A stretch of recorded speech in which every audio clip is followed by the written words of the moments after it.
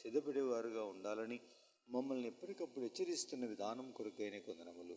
మా వ్యక్తిగత జీవితాల్లో, కుటుంబ జీవితాల్లో, సంఘ జీవితంలో అనుమతించుచున్నటువంటి సిలువ కొరకైన కొందనములు. ప్రభువా, దానిని వాని మీద మోపినవాడు యెహోవాయే అను మాట ప్రకారంగా మమ్మల్ని మా మీద నానా రకాలైన సిలువలను మోపుతూ రకరకాల శ్రమల గుండా తీసుకుని వెళ్తూ బుద్ధిహీనంగా తెచ్చుకున్నవి కొన్ని అయితే, బుద్ధి లేక తెచ్చుకున్నవి కొన్ని అయితే, ప్రభువా, అజ్ఞానముతో అక్రమము చేత మాలో ఉండే శరీర పాపము చేత తెచ్చుకున్న శ్రమలెన్నో ప్రభువా. నిరీతకంగా వచ్చినవి వాటి లెక్క చాలా తక్కువ. మా బుద్ధిహీనత బట్టి, మా పాపం విధేయతను బట్టి రక్షింపబడ్డప్పటికీ అవలక్షణాలతో వచ్చిన శ్రమ ఎక్కువ తండ్రి. అయినా మమ్మల్ని కనికరించి మమ్మల్ని దరిచేర్చి మమ్మల్ని మళ్ళీ హక్కున చేర్చుకుంటుందుకు స్తోత్రములు. మురికి చేయబడ్డ పసిబిడ్డను మరి కుళాయి దగ్గరికి వెళ్ళొచ్చేటువంటి తల్లి దిబుక్కున ఆ యొక్క బింది దించి ఎలాగైతే పాట పాడుతూ బిడ్డని కడుగుతూ ఈ విధంగా తనను అల్లారుగా ముద్దాడుతూ ఆ బిడ్డను హక్కును చేర్చుకొని స్తన్యం ఇచ్చినట్టు మాకును మీరు ఈ శుద్ధీకరణ అంతా కూడా జరిగించుచు మమ్మల్ని హక్కును చేర్చుకుంటున్నారు. మమ్మల్ని ఈడ్చి దేవా, మమ్మల్ని చెత్తకుండిలో వేయలేదు, త్రోసి వేయలేదు, తృణీకరించలేదు, కాదనలేదు. నీ పరిశుద్ధాత్మని మాలో నుంచి తీసివేయలేదు. మీ ముఖమును మాకు మరుగుపరచలేదు. దేవా, మీరు మీ కోపం నిమిషం మాత్రమే, మీ దయ మా ఆయుష్కాలం అంతా కూడా ఉంటున్నందుకు స్తోత్రములు. నిజమే, జనులు నీ యందు భయభక్తులు ఉంచినట్లు నీ దగ్గర క్షమాపణ దొరుకుచున్నందుకే నీకు స్తోత్రాలు తండ్రి.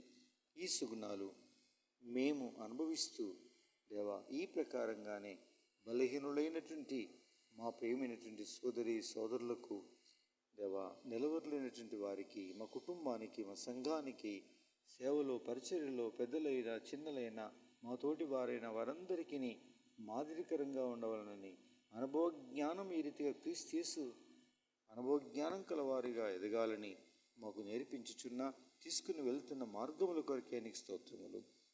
అన్ని విధాలైన సౌకర్యములు సదుపాయములతో పాటు కష్టాలు, నష్టాలు, వ్యాధులు, బాధలు, ఇరుకులు, ఇబ్బందులు, నిందలు, అవమానములు, ఇబ్బందికరమైనటువంటి పరిస్థితులు, తల ఎత్తుకోలేనటువంటి పరిస్థితులు ప్రభా. అయినా మీరు మాతోటే ఉన్నారు. నాయనా, మేము కొన్నిసార్లు గుర్తించాము, కొన్నిసార్లు గుర్తించలేదు, కానీ మీరు మాతో ఉన్నారు. మా నీడలో నీడై ఉన్నారు, మా అడుగులో అడుగేస్తున్నారు, మా శ్వాసలో నిజంగా ఉచ్ఛ్వాస నిశ్వాసంలో మీరున్నారు.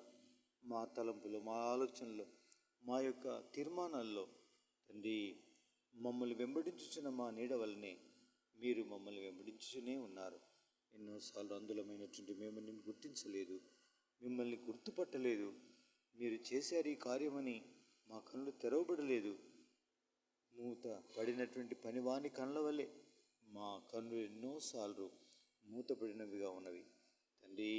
అయినా మీరు మమ్మల్ని ఓర్చుకొని మమ్మల్ని జ్ఞాపకం చేసుకొని నరమాత్రం మంటివారమని ఈ రీతిగా ఆయుష్కాలం పొడిగిస్తూనే ఉన్నారు తండ్రి. స్తోత్రములు. ఈ రీతిగా మిమ్మల్ని పూజించి మిమ్మల్ని ఆరాధిస్తున్నాము, మిమ్మల్ని కొనియాడుతున్నాము తండ్రి. ఈ రీతిగా ప్రభా, ఇంకెంత ఆరాధన చేసినా, మిమ్మల్ని ఎన్ని మేళ్ళను జ్ఞాపకం చేసుకున్న ఆరాధన, స్తుతి, కృతజ్ఞత అర్పణ అను ఈ యొక్క అర్పణలో జీవార్పణ, జీవాఫలం అర్పించేటువంటి అర్పణ ఎంతసేపు అయినా, ఎన్ని మాటలైనా సరిపోతుంది.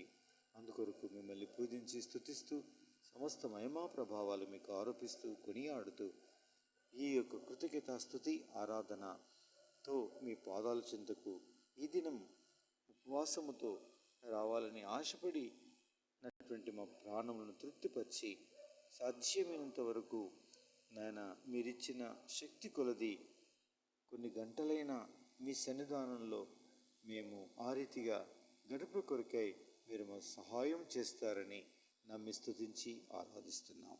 ఈ దినమంతట్లో ఉండేటువంటి పాడే పాటలు, అది ఆ విధంగా వినే వర్తమానములు, ఆ విధంగా వారి అనుభవాలు, ఆ ప్రకారంగా ప్రార్థించే ప్రార్థన అంశాలు, ప్రార్థనలు, ఏ ప్రార్థనలు చేయాలి, ఏ విధంగా నీ వాక్యం వెలుగులో ప్రతిష్ఠించుకోవాలి, వీటన్నిటిని కూడా సహవాసంలో ఎన్నో విషయాలు ప్రభా మీ దాసులైన వారిని మా మధ్యలో ఉంచి నాయన అంచెలంచెలుగా తండ్రి స్టెప్ బై స్టెప్ ఉన్నటువంటి వారందరి ద్వారా నేర్పించుచున్న పాఠముల కొరకు ఆయనకి స్తోత్రములు.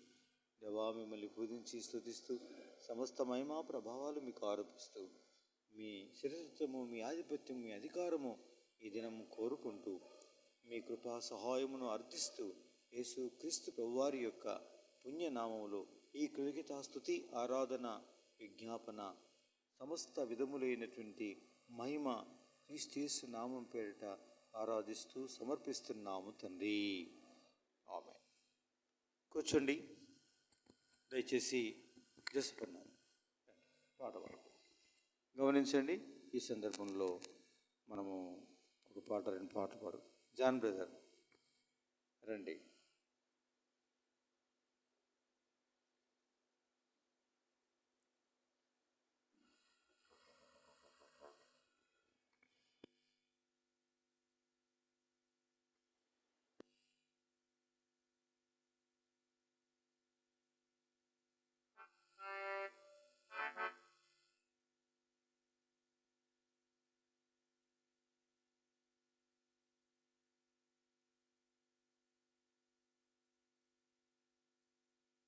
బ్రదర్ పీటర్ రండి.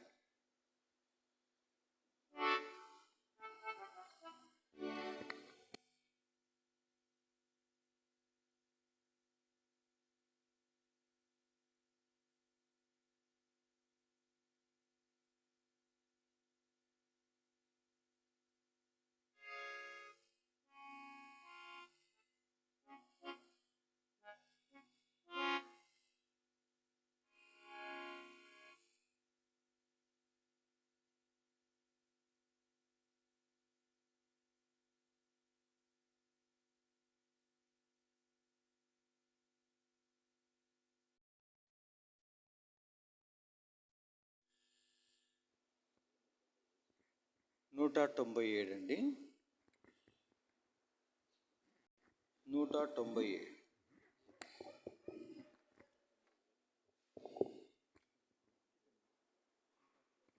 197. పాట సంఖ్య 197.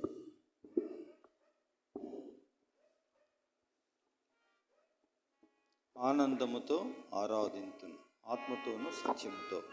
195 రెండవ పాట. 195 రెండవ పాట.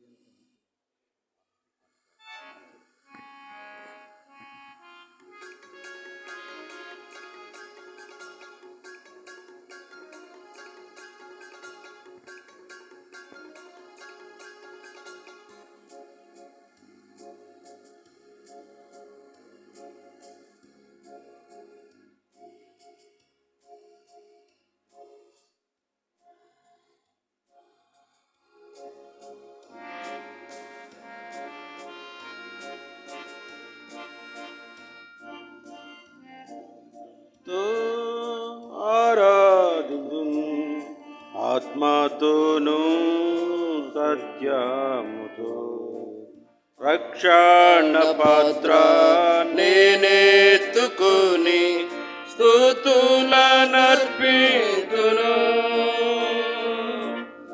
రక్షణ పాత్ర నేనెత్తుకుని స్తుతులనర్పింతును.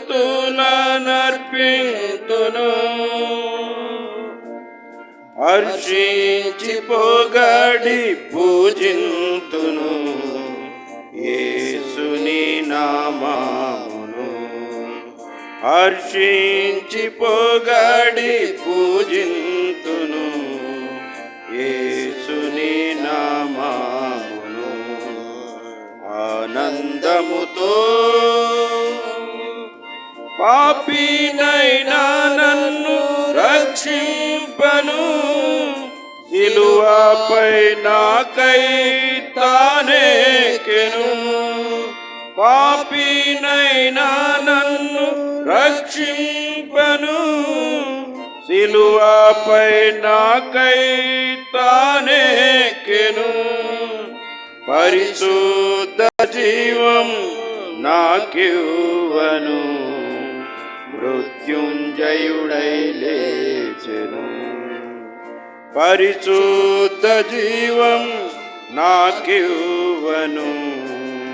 మృత్యుంజయుడై లేచెను.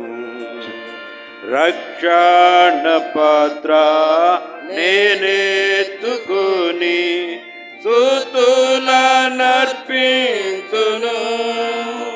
రక్షణ పాత్ర నేనెత్తుకొని స్తుతులనర్పింతును. హర్షించి పొగడి పూజింతును యేసుని నామమును. హర్షించి పొగడి పూజింతును యేసుని నామమును. ఆనందముతో మరణపు డురులలో నేనుండగా నరరూపి అయిన కడకే తెంచెను. మరణపు డురులలో నేనుండగా నరరూపి అయిన కడకే తెంచెను. పరలోక జీవం నాకివ్వను. మరణపు ముళ్ళు విరచెను.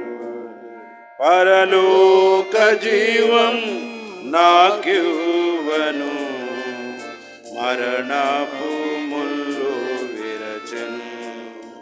రక్షణ పాత్ర నేనెత్తుకొని స్తుతులనర్పింతును. రక్షణ పాత్ర నేనెత్తుకొని స్తుతులనర్పింతును. హర్షించి పొగడి పూజింతును యేసుని నామమును. హర్షించి పొగడి పూజింతును యేసుని నామమును.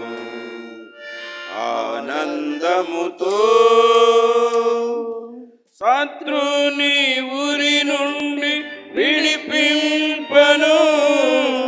శత్రువుతో నాకై పోరాడెను. శత్రుని ఉరి నుండి విడిపింపను. శత్రువుతో నాకై పోరాడెను. వదిలాంపు జీవం నాకివ్వను. క్రీస్తు నందు నన్ను దాచెను. వదిలాంపు జీవం నాకివ్వను. క్రీస్తు నందు నన్ను దాచెను. రక్షణ పాత్ర నేనెత్తుకొని స్తుతులనర్పింతును.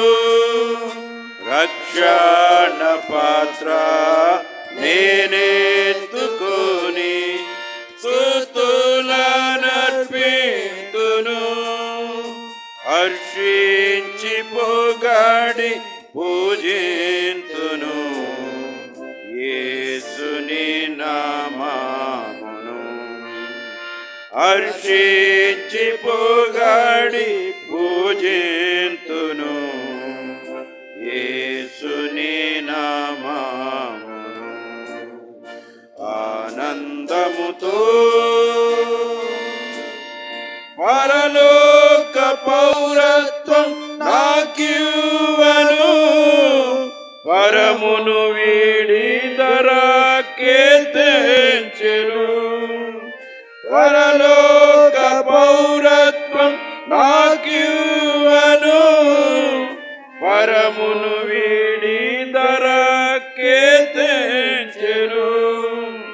సమృద్ధి జీవం నాకివ్వను, తన ప్రాణమర్పించెను. సమృద్ధి జీవం నాకివ్వను, తన ప్రాణమర్పించెను. రక్షణ పాత్ర నేనెత్తుకొని స్తుతులనర్పింతును. రక్షణ పాత్ర నేనెత్తుకొని స్తుతులనర్పింతును. హర్షించి పొగడి పూజింతును యేసుని నామమును. హర్షించి పొగడి పూజింతును యేసుని నామమును. ఆనందముతో శోధన వేదన బాధలెన్నో ఈ లోకయాత్రలో ఎదురైనను. శోధన వేదన బాధలెన్నో ఈ లోకయాత్రలో ఎదురైనను. ప్రత్యేక జీవం జీవించను, అర్పించుకొందు నీకు. ప్రత్యేక జీవం జీవించను, అర్పించుకొందు నీకు. అంగీకరించు నా జీవితమును నీ కొరకే ప్రభువా. అంగీకరించు నా జీవితమును నీ కొరకే ప్రభువా. హల్లెలూయా ఆమేన్, హల్లెలూయా ఆమేన్, హల్లెలూయా హల్లెలూయా ఆమేన్, హల్లెలూయా ఆమేన్, హల్లెలూయా. ఆనందముతో ఆరాధింతున్ ఆత్మతోను సత్యముతో. రక్షణ పాత్ర నేనెత్తుకొని స్తుతులనర్పింతును. రక్షణ పాత్ర నేనెత్తుకొని స్తుతులనర్పింతును. హర్షించి పొగడి పూజింతును యేసుని నామమును. హర్షించి పొగడి పూజింతును యేసుని నామమును. ఆనందముతో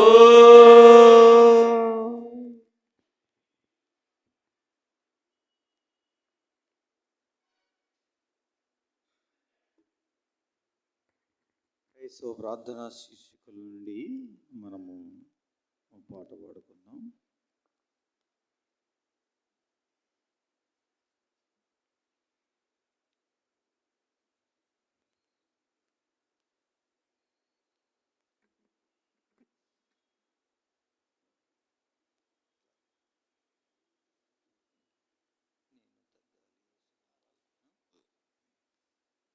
ఆరు 602వ పాట పాడుకుందాం.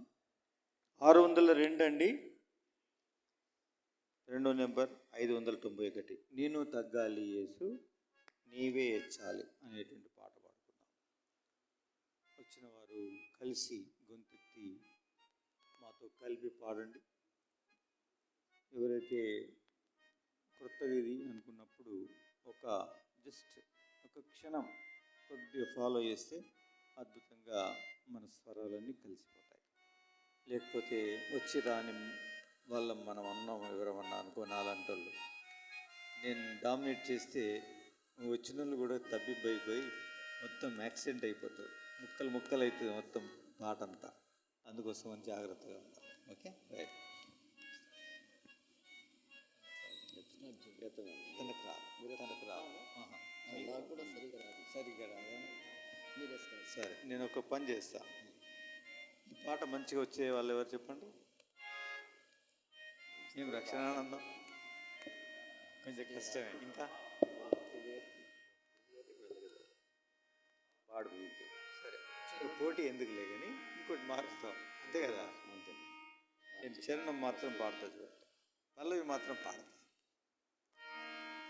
నేను తగ్గాలి యేసు నీవే హెచ్చాలి, నేను తగ్గాలి యేసు నీవే హెచ్చాలి, నేను పూర్తిగా మరుగై నీవే కనబడాలి, నేను పూర్తిగా మరుగై నీవే కనబడాలి.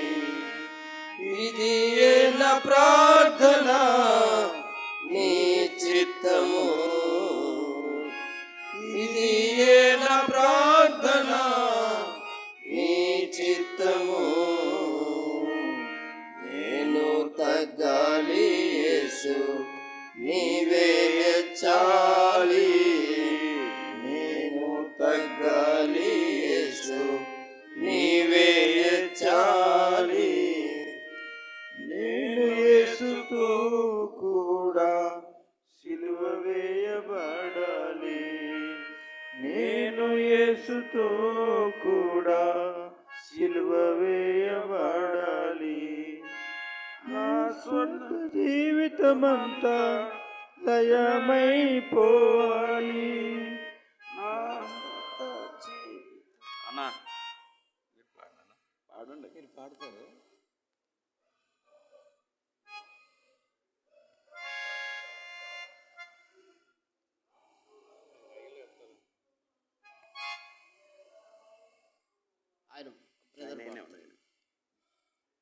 ఆయన కూడా కొంచెం యాక్సిడెంట్ అయితే కష్టం అవుతుంది.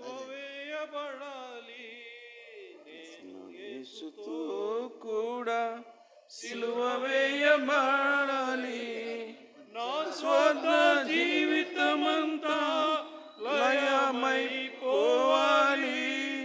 నా స్వంత జీవితమంతా లయమైపోవాలి.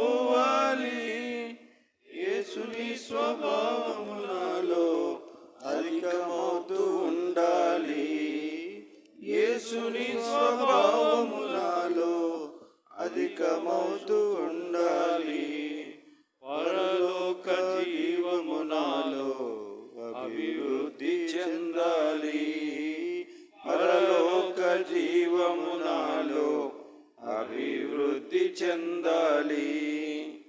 ఇది నా ప్రార్థన నీ చిత్తము, ఇది నా ప్రార్థన నీ చిత్తము, నేను తగ్గాలి యేసు నీవే హెచ్చాలి, నేను తగ్గాలి యేసు నీవే హెచ్చాలి.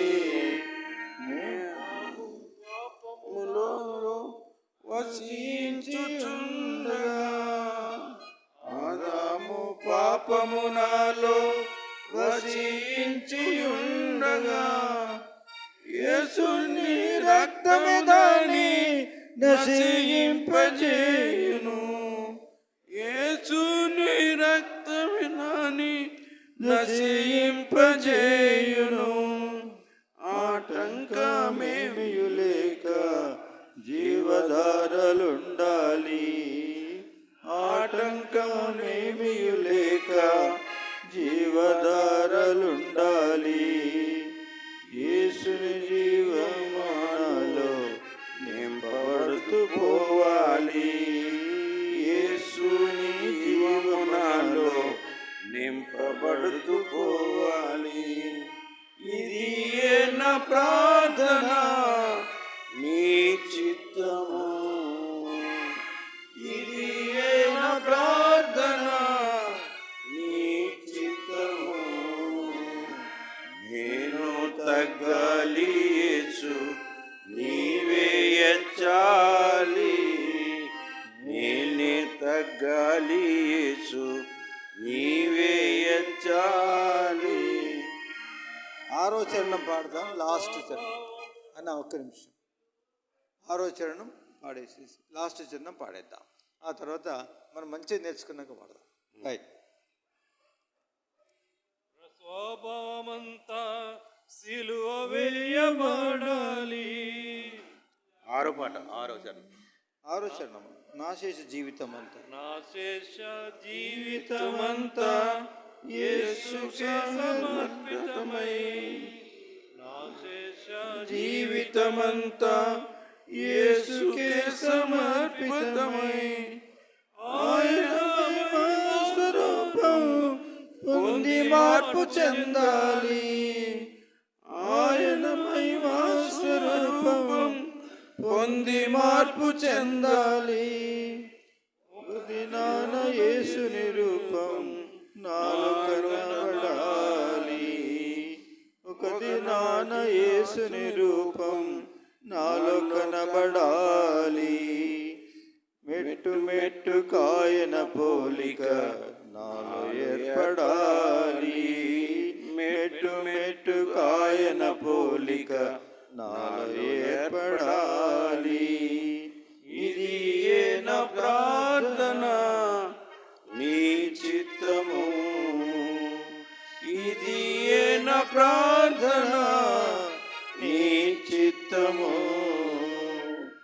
నేను తగ్గాలి యేసు నీవే ఎచ్చాలి, నేను తగ్గాలి యేసు నీవే ఎచ్చాలి. నేను పూర్తిగా నీవే కనబడాలి, నేను పూర్తిగా మరుగై నీవే కనబడాలి. ఇది నా ప్రార్థన నీ చిత్తము, ఇది నా ప్రార్థన నీ చిత్తము. నేను తగ్గాలి యేసు నీవే ఎచ్చాలి, నేను తగ్గాలి యేసు నీవే ఎచ్చాలి. ఓకే. 601 పాట పాడుకుందాం. 590 పాత నెంబర్ అయితే 775. 601 విలపింతువా నెహమ్యా వలె విలపింతువా ఎజ్రా వలె అనే పాట పాడుకుందాం. ఈ పాట పాడుకొని మనము దేవుని యొక్క వాక్యాన్ని వింటాం.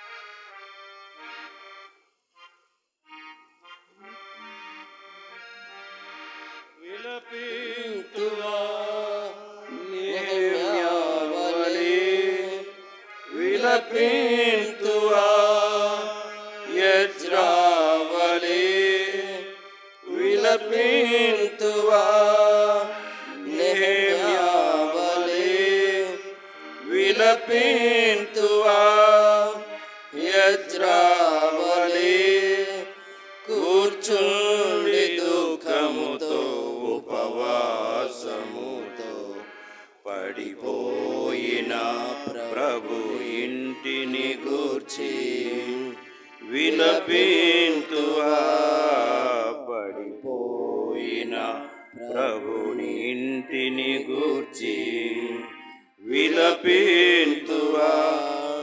ఆత్మీయ గ్రహింపు లేకయే ఆత్మ ఐక్యంబు కోల్పోతిమి, ఆత్మీయ గ్రహింపు లేకయే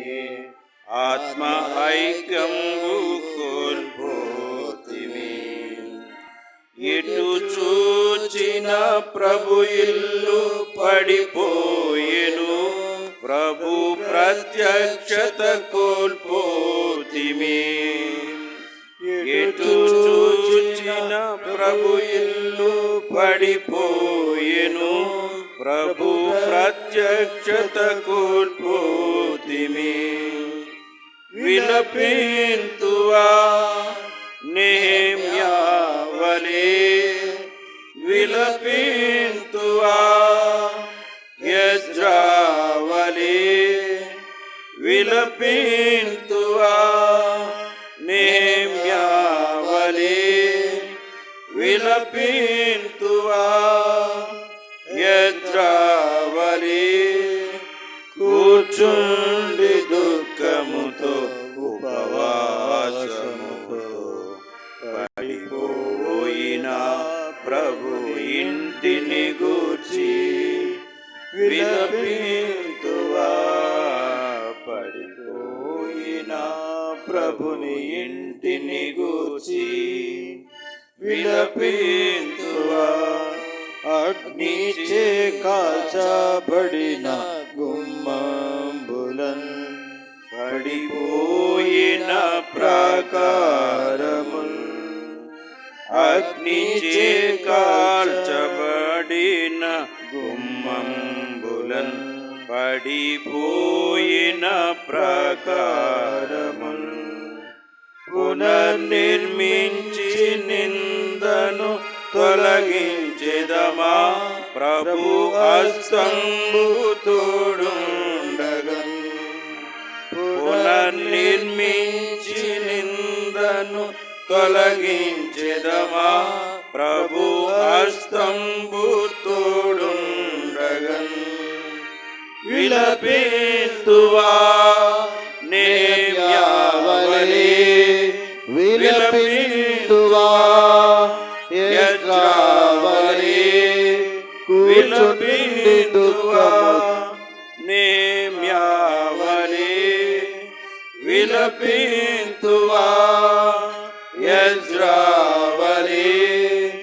కూర్చుండి దుఃఖముతో ఉపవాసముతో పడిపోయిన ప్రభుని ఇంటిని గూర్చి విలపింతువా, పడిపోయిన ప్రభుని ఇంటిని గూర్చి విలపింతువా.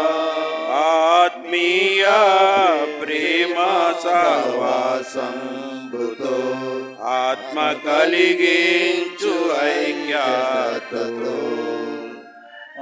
ఆత్మీయ ప్రేమ సహవాసంబుతో ఆత్మ కలిగించు ఐక్యతతో, ఒకరినొకరు క్షమించి సహించుచు ప్రభు ప్రత్యక్షత పొందేదమా. ఒకరినొకరు క్షమించి సహించుచు ప్రభు ప్రత్యక్షత పొందేదమా. విలపింతువా నెహెమ్యా వలె, విలపింతువా ఎజ్రా వలె. కూర్చుండి దుఃఖముతో ఉపవాసముతో పడిపోయిన ప్రభు ఇంటిని గూర్చి విలపింతువా, పడిపోయిన ప్రభు ఇంటిని గూర్చి విలపింతువా. నెహెమ్యా వలె హృదయం చింపుకొని పశ్చాత్తాపముతో ప్రభుని తప్పండి, దయచేసి ఆపండి ఆపండి. అందుకే రమ్మ నెహెమ్యా వలె హృదయంబుల చింపుకొని పశ్చాత్తాపముతో ప్రభుని చేరి, నెహెమ్యా వలె హృదయంబుల చింపుకొని పశ్చాత్తాపముతో ప్రభుని చేరి, ఒక చేత ఆయుధము పట్టుకొని కొని ప్రభు ఇంటిని కట్టేదమా. ఒక చేత ఆయుధము పట్టుకొని ప్రభు ఇంటిని కట్టేదమా. విలపింతువా నెహెమ్యావలే, విలపింతువా ఎజ్రావలే, విలపింతువా నెహెమ్యావలే, విలపింతువా ఎజ్రావలే. కూర్చుండి దుఃఖముతో ఉపవాసముతో పడిపోయిన ప్రభు ఇంటిని గూర్చి విలపింతువా. పడిపోయిన ప్రభు ఇంటిని గూర్చి విలపింతువా.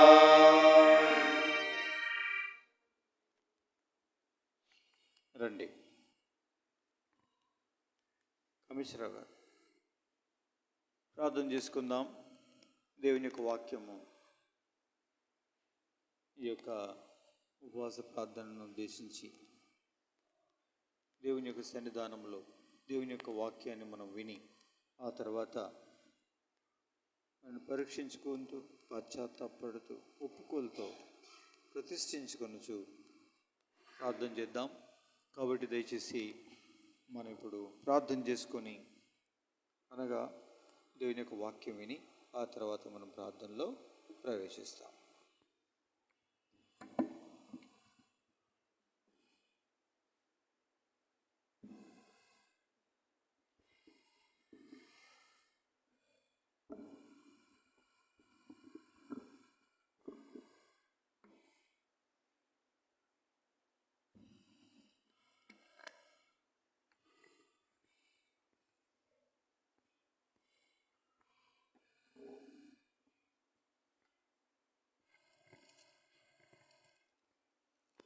న్యాయాధిపతుల గ్రంథంలో కొంచెం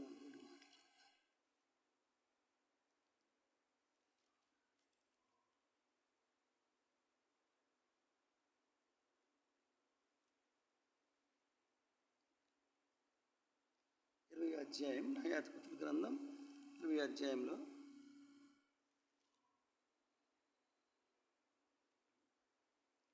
26, 27 వచనాలు చదువు. న్యాయాధిపతుల గ్రంథం 20 అధ్యాయం.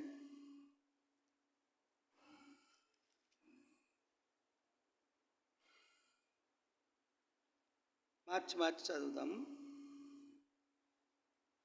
17 నుంచి 24 వచనాలు మార్చి చదువుదాం. దయచేసి 20 అధ్యాయం న్యాయాధిపతుల గ్రంథం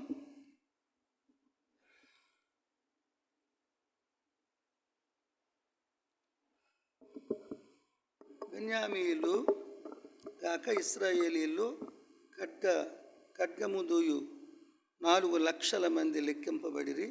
వీరందరూ యోధులు.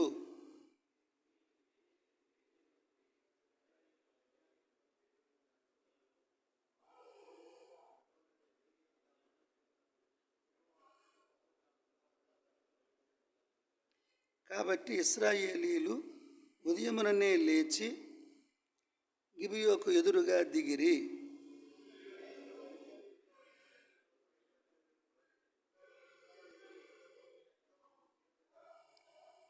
బెన్యామీయులు గిబియోలో నుండి బయటికి వచ్చి ఆ దినమున ఇశ్రాయేలులో 22,000 మందిని నేల కూల్చిరి.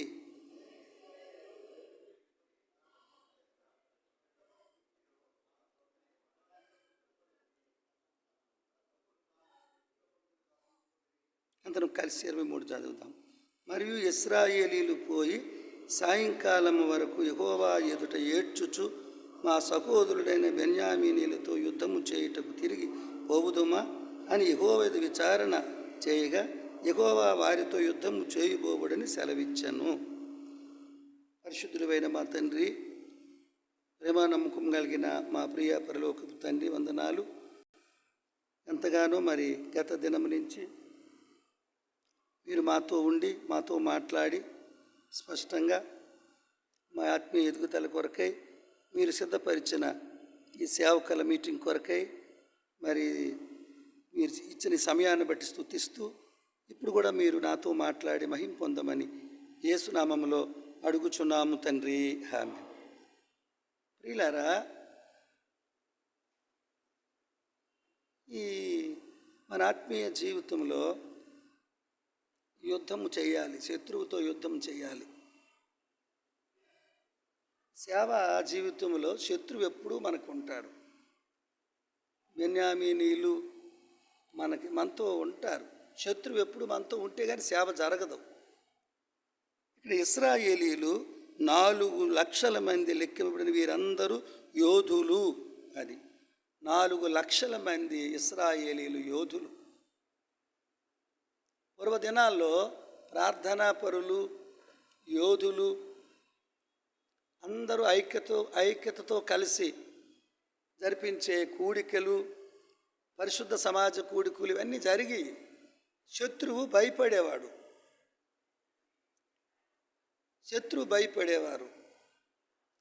యోధులు ఆ రోజుల్లో ఇశ్రాయేలులో ఉండే యోధులు ప్రార్థనా పరులు ప్రార్థించి శత్రువుని హతమార్చేవారు. శత్రువు ఇప్పుడు మన ఇంటిలో చొరబడిపోతుంది. ఇక్కడ చూడండి ప్రియులారా, 21వ వచనములో బెన్యామీనీయులు గిబియోలో నుండి బయటికి వచ్చి ఆ దినం ఇశ్రాయేలులో 22,000 మందిని నేలను కూల్చిరి. అది ఎప్పుడు శత్రువు మన మీదకి రాగలుగుతుంది? ప్రార్థనా జీవితం తగ్గిపోతే, ఐక్యత లేకపోతే శత్రువు మన మీదకి వస్తుంది. ఇక్కడ చూడండి 24వ వచనములో, కాబట్టి ఇశ్రాయేలీలు 2వ దినమున బెన్యామీనులతో యుద్ధము చేయగా ఆ 2వ దినమున బెన్యామీనీయులు వారిని ఎదుర్కొనుటకు గిబియో నుండి బయలుదేరి వచ్చి ఇశ్రాయేలులో 18,000 మందిని నేలను కూల్చి సంహరించిరి. 2వసారి కూడా ఎంతమందిని? 18,000 మంది, అంటే 18,000 మంది. 18,000 మందిని కూల్చినారు. అది బెన్యామీనులు.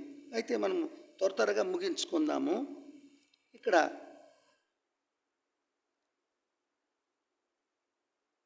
26వ వచనములో వీరందరూ కత్తి దూయేవారు.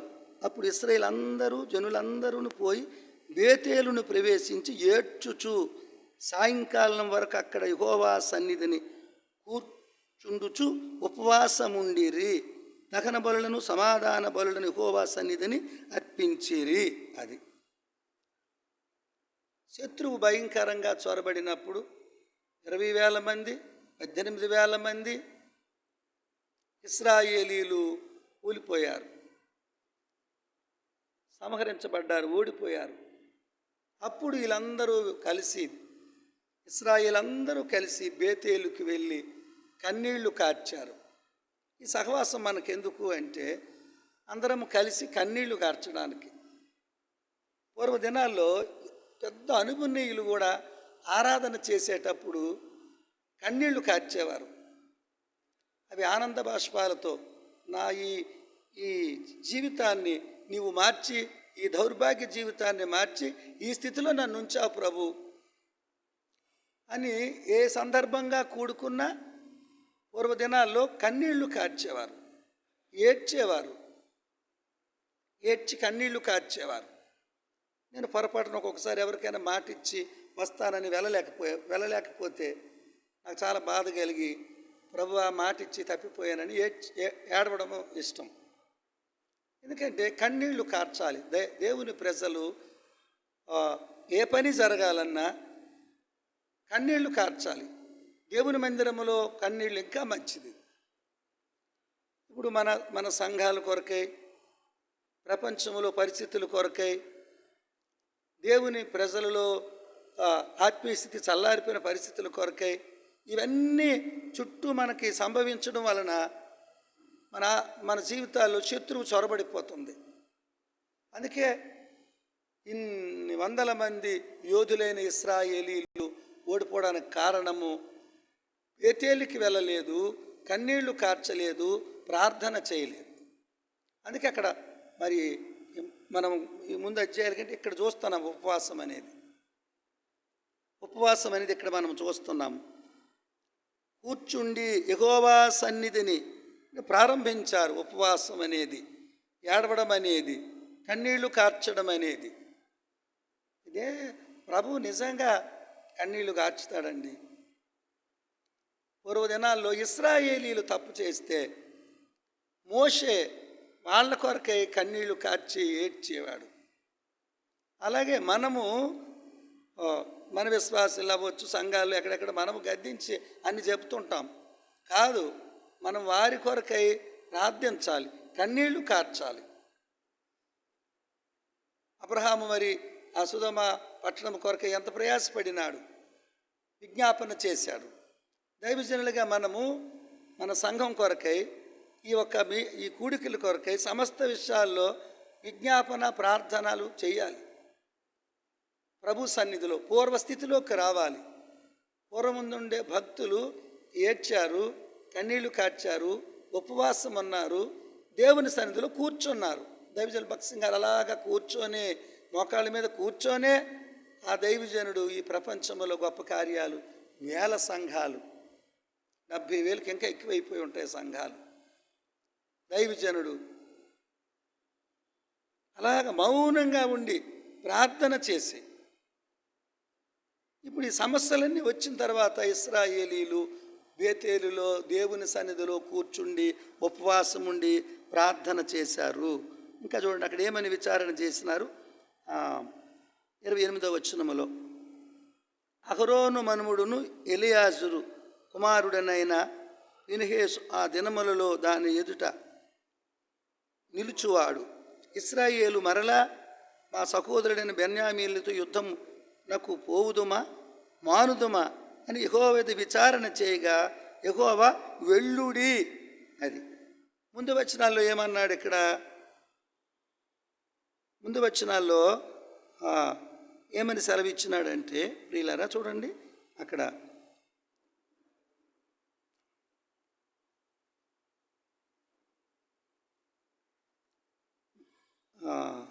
వెళ్ళవలెనని 18వ వచనములో యూదావంశస్థులు ముందుగా వెళ్ళవలెనని సెలవిచ్చాను. ఇక్కడ ఖచ్చితంగా వెళ్ళుడి అనే మాట, ఖచ్చితంగా మీరు జయం పొందుతారు, వెళ్ళండి. ప్రియమైన దేవుని ప్రజలారా, దైవజనులారా, కన్నీళ్లు గార్చడం, ఉపవాసం ఉండడం చాలా గొప్పది. ఎప్పుడైతే దేవుని సన్నిధిలో ఉపవాసం ఉన్నారో, కన్నీళ్లు గార్చారో, వారి జీవితాల్లో ఏం జరిగింది కింద వచనాలకు మనం చూసుకుందాం. త్వరగా మనం ముగించుదాం ప్రియులారా. ఇంకా 30వ వచనం చూద్దాం.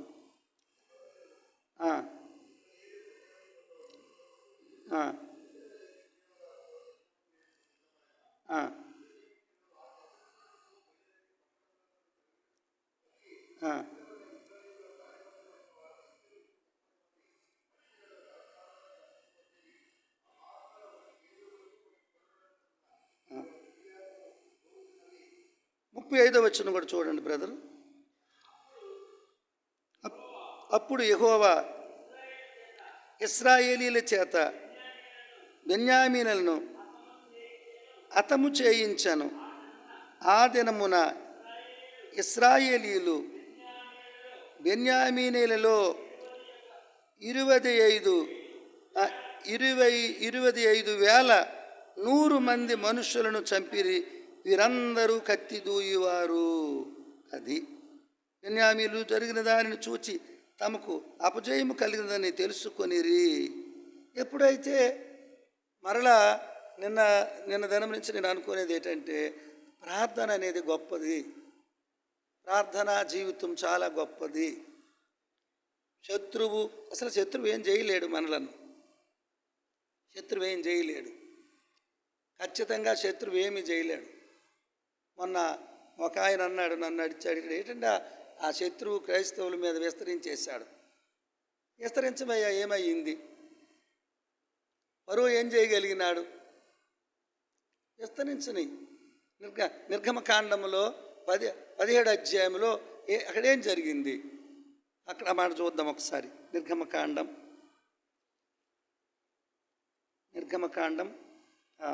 ఏంటంటే 34లో చూద్దాం.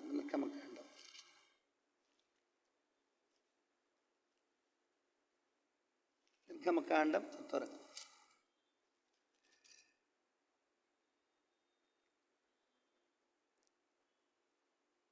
నిర్గమకాండంలో 34:26లో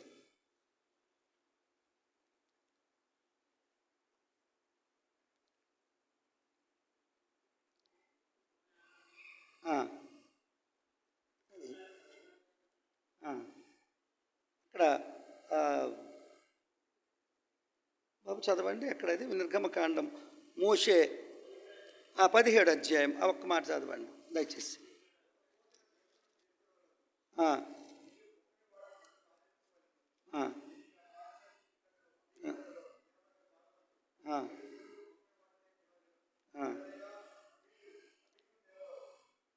అదంతా మనకు తెలిసిన సంగతే. ఇక్కడ సహకారులు ఉన్నారు మోషేకి. ఇప్పుడు ఈ సేవకుల కూడిక దేనికంటే సహకారులుగా మనందరం కలిసి ప్రార్థన చేయాలి. ఎవరైతే ఈ ఒక్క ఈ సేవకుల కూడిక కొరకై బాధ్యత కలిగిన సహోదరులో వారికి మనం సహకారులుగా ఉండాలి. చేతులు ఎత్తేవారుగా ఉండాలి, చేతులు నరికేవారుగా ఉండకూడదు. చేతులు ఎత్తేవారుగా ఉండాలి. అమోలీకులు, అది అమోలీయులు, వాళ్ళు కూడా ఆ ప్రార్థనలోనే జయం పొందినారు ఇశ్రాయేలీలు. చేతులు ఎత్తేవారుగా. సమస్య వచ్చినప్పుడు యోబుకు కష్టం వచ్చింది. సహోదరులందరూ ఒక 5-6 సహోదరులు వచ్చి నేల కూర్చుండి ఏడ్చి, చూడండి యోబు గ్రంథం ఆ మాట ఉంటుంది. యోబు గ్రంథం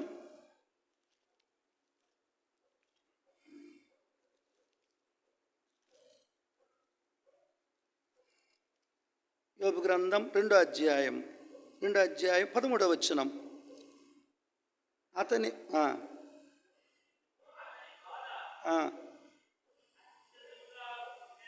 అతని బాధ అత్యధికముగా నుండినని గ్రహించి ఎవరును అతనితో ఒక మాట అయినను పలుకక రేయింబగళ్ళు 7 దినములు అతనితో కూడా నేలను కూర్చుండిరి. సహవాసం. మనకి సమస్య వచ్చినప్పుడు నా మనసులో ఇప్పుడు కలిగే ఆలోచన, కలిసి ప్రార్థన చేయాలి, సహకారులుగా మనం ఉండాలి. యోబుకు అంత కష్టం వచ్చింది. 7 దినములు నేల కూర్చుండి అతనితో సమయాన్ని గడిపినారు. అతని బాధలు, అతని కష్టాలు, అతని స్నేహితులు వచ్చి.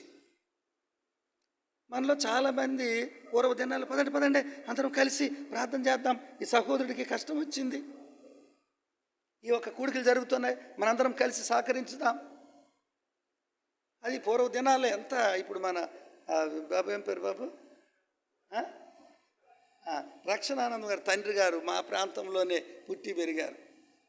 జీజీ అబ్రం గారు, మరి ఆయన పాల్ గారు, చాలామంది సేవకులు ఆ దినాల్లో 40 సంవత్సరాలు పైబడి అయిపోయింది నేను ప్రభువుని నమ్మి.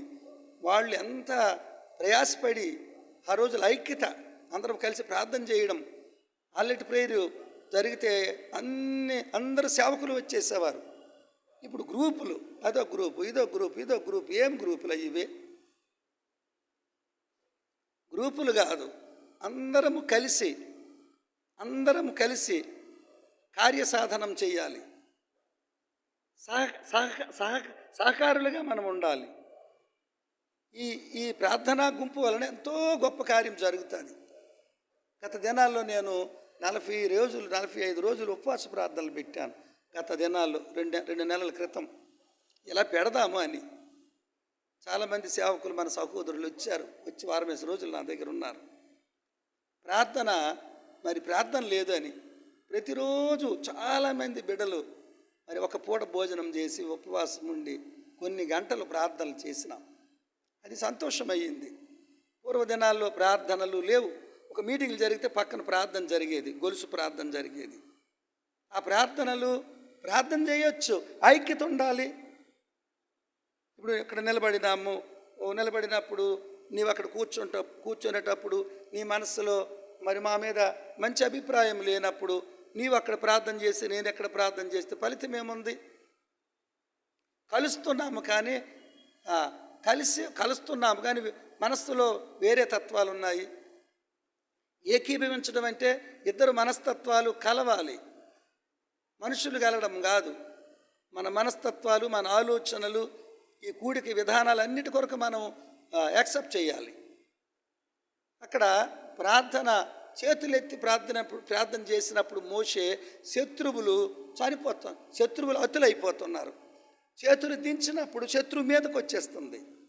అందుకే ఈ ప్రార్థనకి సహకారులు అవసరం. తర్వాత ప్రార్థించే వ్యక్తులు కూడా క్షమాబుద్ధితో ప్రార్థించాలి. మోషే ఎలాంటి విజ్ఞాపన చేశాడు? అయ్యా, నా ప్రజల పేర్లు తీసిస్తే నా పేరు తీసివయ్యా. అంటే అంతగా ఆ సంఘము కొరకై, ప్రజల కొరకై ప్రాణము పెట్టి ప్రేమించే వ్యక్తిగా ఉన్నాడు. ప్రభువా, అవన్నీ మీకు రెఫరెన్స్లు తెలిసిన సంగతులే కానీ, ప్రభువా వాళ్ళ పేర్లు తీసేస్తే నా పేరు జీవగ్రంథంలో తీసి ప్రభువా. ఎంత ఆ ప్రార్థనలో ఎంత త్యాగం ఉంది. ప్రార్థన అనగా, విజ్ఞాపన అనగా ఇవన్నీ చాలా విలువైనవి. ఈ విజ్ఞాపనలో అతడు మొరపెట్టే మొర ఎంత విలువైనది. దావీదు కూడా అలాంటి మొరే. దావీదు కూడా ఎన్నో చేసినాడు, కానీ అతడు ఎక్కువగా ప్రార్థించడం వలన యోగ్యుడయ్యాడు, దేవునికి ఇష్టడయ్యాడు. నా జీవితంలో ఎన్నో నేను తప్పులు చేయొచ్చు, కానీ ప్రార్థించి సరిచేసుకుని ప్రార్థించే ప్రార్థన దేవునికి కావాలి. అందుకే శత్రువులు యోధులే కానీ హతులైపోతున్నారు. కారణం కొన్నిసార్లు మనకొచ్చే ఆత్మీయ పోరాటంలో మన అవిధేయత వలన మనం నష్టపోతాం. కొన్నిసార్లు దేవుడు మనలను పరీక్షించటం వలన కొన్నిసార్లు ఇబ్బందులు అనుభవిస్తాం. కొన్నిసార్లు మన అవిధేయత వలన మనం నష్టపోతాం. కొన్నిసార్లు దేవుడు మనల్ని పరీక్షిస్తాడు, మన అవిధేయత వలన అపజయం పొందుతాం. దేవుడు పరీక్షించే దానిలో జయం వస్తుంది. దేవుడు పరీక్షించి దేవుడు నీ యందు ఉన్నాడా లేదా అని ఆలోచన కలిగి జీవించాలి. అందుకే అక్కడ యెహోవా నిస్సి, జయం, అది జయశీలుడైన యేసుప్రభువు వారి జెండా అక్కడ బాతినాడు. ఈ దినము మన జీవితంలో మనం ఉపవాసం ఉండి చేసే ఈ ప్రార్థనలో ఐక్యత అనేది అవసరం. అది ఎలీషాలలో ఐక్యత ఉండడం వలన ఎంత గొప్ప సంగతులు జరిగినాయి. ఆయన తర్వాత ఈయన గొప్ప కార్యాలు చేశాడు. దైవజనులు భక్త్ సింగ్ గారు మనకెన్నో ఆయన క్రియలు, ఆయన నడవడి, ఆయన ప్రార్థనా జీవితము బైబిల్లో ఉన్నట్లుగా నిజంగా ఈ పాటలు ఇప్పుడు అన్నదీసవైన పాటలు పాడుతుంటే నాకు మళ్ళీ పూర్వం రోజులన్నీ గుర్తు వస్తున్నాయి. అసలు ప్రసంగం అవసరం లేదు, మన సియోర్ గీతాలు పాడుకుంటూ వెళ్ళిపోతే చాలు. మన జీవితంలో విలువైన ప్రసంగం. పశ్చాత్తాపం గురించి ఎవరు మెసేజ్ చెప్పక్కర్లేదు, ఆ పాట పాడుతుంటేనే పశ్చాత్తాపం. నీవే కనిపించాలి, నేనే మరుగైపోవాలి, అది చాలు. నాకు చదువు రాదు, నాకు ఎక్కడ సహవాసం లేదు, నేను ఒక అన్యుల్లో పుట్టి విగ్రహారాధకుడిగా జీవించి నేను దేవుడిని అయిపోదని అనుకున్నాను. చిన్ననాటి నుంచి దేవుడిని అయిపోదనని బాబాని అయిపోతాను, సత్యసాయిబాబాని అయిపోతాను, మా విశ్వబ్రాహ్మణుల తాలూకా దేవుడు వీరబ్రహ్మం గారిని అయిపోతాను, కంజమల్లి వెళ్ళి అక్కడ 4 రోజులు ఉన్నాను, పుటపర్తి వెళ్ళి 4 రోజులు ఉన్నాను, దేవుడిని అయిపోతాను అనుకున్నాను. ఆఖరికి నేను బ్రెయిన్ ఇన్ఫెక్షన్ అయిపోయి చచ్చిపోయే రోజులు వచ్చినాయి. దేవుళ్ళు మొక్కడం ఎందుకు, నన్నే మొక్కాలి, నేనే దేవుడిని అనుకొని దేవుడిలాగా జాతకాలు చూడడం, ముహూర్తాలు చూడడం, ఎవరి సంగతులు చెప్పేసాడు. ఇప్పుడు అబ్బాయి ఉన్నాడు, చెప్పించదు నీ సంగతి, చెప్పేయగల నువ్వు నిలబడితే, అలాగే చెప్పేసేవాడు. కానీ లాస్ట్కి బ్రెయిన్ ఇన్ఫెక్షన్ అయ్యి జాన్ ప్రభాకర్ డాక్టర్ గారని ఒకసారి వైజాగ్లో ఉండేవారు, ఆయన నన్ను జీజాన్ గారు మీటింగ్స్కి తీసుకెళ్ళారు. నాది ఇదంతా ఎడమవైపు ఇదంతా ఇన్ఫెక్షన్ అయిపోయింది. ఆ రోజుల్లో కరెంట్లు పెట్టినారు, నా కళ్ళు పని చేయవు, ఒక చెవు పని చేయదు, ఈ చెయ్యి పని చేయదు. అందుకే చియోని గీతాలు బైబిల్ రెండు మొయ్యలేక సెలలో చూస్తున్నాను. ఈ చెయ్యి పని చేయదు, కాలు ఇరిగిపోయింది పూర్తిగా, అది పని చేయదు, రాడ్డు నాన్న ఏది పని చేయదు. ఈ మధ్యన స్టంట్లు వేసినారు, ఆర్ట్ కూడా పని చేయదు. ప్రభువు నాలో పని చేస్తే చాలు. ప్రియమైన దేవుని బిడ్డలారా, దేవుని దైవజనులారా, దేవుడు మనకిచ్చిన సహవాసం చాలా సంతోషం. ఐక్యత ఉంటేనే అసలు ఇక్కడ ఉండే మనం జాళ్ళు. ఐక్యతతో ఉంటే ఒక పేతురు ఎన్ని కార్యాలు చేశాడు నేను సహోదరుల ద్వారా మనం తెలుసుకున్నాము. తప్పిపోతున్న పేతురు, డాంబికాలు పలికిన పేతురు, దురుసుగా ఉండే పేతురు జీవితంలో ఎన్ని గొప్ప కార్యాలు జరిగాయి. నిజమే, ప్రార్థన అనేది గొప్పది. అపోస్తుల కార్యాలు 12 అధ్యాయంలో ఎంత విచిత్రం జరిగింది. సంఘము ప్రార్థన చేస్తున్నప్పుడు 3 దేవుడి లవతలు ఉన్నాడు పేతురు. హాయిగా సంఖ్యలేసి నిద్రపోతున్నాడు. అందుకే దేవుని దాసులమైన మనము ఎన్ని శ్రమలు వచ్చినా భోజనం చేయాలి, నిద్రపోవాలి, బైబిల్ చదవాలి, ప్రార్థన చేసుకోవాలి, మన పనులు మనం చేసుకోవాలి. శత్రువు గురించి ఆలోచన చేయకూడదు. ఎలాగ బతుకుతాను, ఎలాగ మందిరం గడతాను, ఎలాగ ఈ సంఘంలో ఇలాంటి మనుషులు ఉన్నారు, ఇవన్నీ నీకెందుకయ్యా? అలాడు ఎప్పుడు నన్ను అంటున్నాడు, ఆడి సంగతి ఏంటి, ఆడి గురించి నువ్వెందుకు ఆలోచన చేయాలి, దేవుడు చూసుకుంటాడు. మనం సేవకులకి ఎప్పుడు పిరికి ఆత్మ ఉండకూడదు. నేను యేసుప్రభు నమ్మిన తర్వాత ఎన్నాళ్ళ దేవుడు అన్నావు, నువ్వు దేవుడు వాడు, ఇప్పుడు యేసుప్రభు దేవుడు అంటావని చంపడానికి ఎందరో చూసినారు. ఏం అవ్వలేకపోయారు, ఎవరేం చేయలేకపోయినారు. దేవుని అనుమతి లేని మనల్ని ఎవరేం చేయలేరు. అందుకే ఇక్కడ చనిపోతున్న ప్రజలు అలాగ అయిపోతున్న ఇశ్రాయేలీలు తెలుసుకొని ఉపవాసం ఉండి ఏడ్చుచు, అక్కడ మంచి మాట ఉంది, యెహోవా సన్నిధిని అని ఉంది. యెహోవా సన్నిధిని కూర్చుండుచు ఉపవాసం ఉండి దహన బలులను సమాధాన బలులు యెహోవా సన్నిధిని అర్పించిరి. దహన బలులు సమాధాన బలులు అంటే అర్థం ఏంటి? ఇప్పుడు అర్థం ఏంటి? ఇప్పుడు అన్న మీద ఏదైనా అసమాధానమైన మనసు ఉందనుకో, ఏటి అన్న ఈ మధ్యనే ఇప్పుడు ఏంటి ఈ మీటింగులు ఏంటి ఆయన ప్రత్యేకత ఏంటి, అదేటి ఇదేటి, వసతులు ఇచ్చి పిలిచి మనలను గౌరవించి వాక్యాన్ని వినిపించినప్పుడు ఆయన గురించి మనకెందుకయ్యా? అసమాధానమైన మన హృదయాలలో ఉంటే అది సమాధానం పరచు, అవే బలులు. ఏవి నీలో అన్నీ ఉంటే అవి దేవుడు నీ ప్రార్థన వినడు. మనం కూడుకొని దొరి ఎన్ని రోజులు చేసినా ప్రయోజనం లేదు. ఎంత మంచి స్పీకర్లు వచ్చి చెప్పినా ప్రయోజనం లేదు. పరిశుద్ధాత్ముడు పని చేస్తున్నా దాన్ని నువ్వు యాక్సెప్ట్ చేయలేదు. అందువలన వీళ్ళు ఏం చేశారంటే ఇవన్నీ అయ్యా మేము అవిధేయులమయ్యా, అయ్యా శత్రువు చేతిలో మేము ఓడిపోతున్నామయ్యా, అయ్యా మేము 4 లక్షల యోధులమయ్యా, అయ్యా బలశాలులమయ్యా, జ్ఞానవంతులమయ్యా, ఇంత గొప్ప వ్యక్తులమయ్యా, ఇలాగ అతులైపోతున్నామయ్యా, అయ్యా అయ్యా అయ్యా నా అవిధేయత ఉంటే దయచేసి క్షమించు అని అవి బలులు. కోడులు గోరెలు ఇచ్చడం అవి ఈజీ. మన హృదయ స్థితిని సరిచేసుకోవాలి. ఎందుకండి నిజంగా మనం ఎంత గొప్ప వ్యక్తులం, దేవుని రాజ్యానికి వారసులం. నేను సంతోషించేది, ఎన్ని కష్టాలు వచ్చినా ఇన్ని బాధల్లో కూడా నేను సంతోషించేది ఏంటంటే ఆయన రాజ్యం ఉంది, దేవుడు జయమిస్తాడు, దేవుడు కార్యాలు చేస్తాడండి. నేను ఒక ప్రాంతానికి వెళ్ళాను, ఒక దగ్గర ట్రైన్ దిగడం, ఇంకొక దగ్గర దిగిపోయి చీకటిని 2 గంటలు అక్కడ ఇది మహారాష్ట్ర వెళ్ళి అయితే ఒకడేం చేశాడు, సైతాన్గాడు ఆడు గబుకుని ఎక్కడ దిగిపోబా అన్నాడు. ఆ అడవిలోని నేను 4 మైళ్ళు నడిచినాను, ఏటీ లేవు. అప్పుడు ఒక చిన్న స్టేషన్ ఉంది, అప్పుడు బైబిల్ తీసి మంచినీళ్ళు తీసేసరికి ఆయన వచ్చి నన్ను చూశాడు. చిన్న స్టేషన్ అది, చాందాక్ అనే స్టేషన్. అక్కడ కూర్చోబెట్టి నాకు అన్ని విషయాలు చెప్పి మాట్లాడి ఒక ట్రాన్స్లేషన్ మనిషిని తీసుకొచ్చి నాతో మాట్లాడి నాకు హెల్ప్ చేశాడు. ఎందుకంటే మనము దేవుని సంకల్పంలో ఉన్నాము. దైవజనులు దయచేసి దైవజనుడు అనే వ్యక్తి తేలిక చేసుకోవద్దు, మనల్ని మనము కించపరచుకోవద్దు. దైవజనులు యెహోవా దూతలు, అగ్ని జ్వాలలు, క్రీస్తు రాయిబారులు, యెహోవా దూతల అగ్ని జ్వాలలు, క్రీస్తు రాయిబారులు. మనం అలాంటి వాళ్ళం కాదు.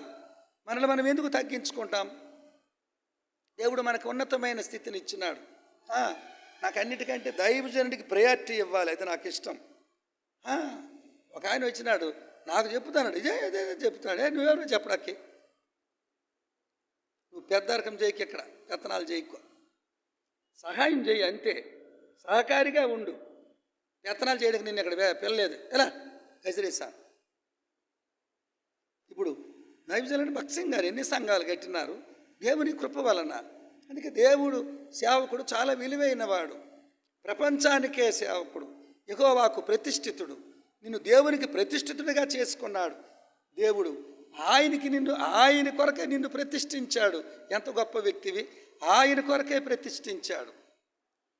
ప్రభు కొరకై, ప్రభు పని కొరకై, ధూపం వేయడం కొరకై, బలులు అర్పించుట కొరకై, పరిచర్య చేయుట కొరకై. అందుకే దేవుని ప్రజలు ఎప్పుడూ కూడా దయచేసి శత్రువుకి అవకాశం మనం ఇవ్వద్దు. ప్రార్థించాలి, ఉపవాసం ఉండాలి. ఆ బెన్యామీన్ ఎలాంటి వాళ్ళు? ఆదికాండం 49:26 ఉంటుంది ఆ మాట చూడండి. వాళ్ళు అవన్నీ మీకు తెలిసిన సంగతులే. ఆదికాండం 49:26 చూద్దాం.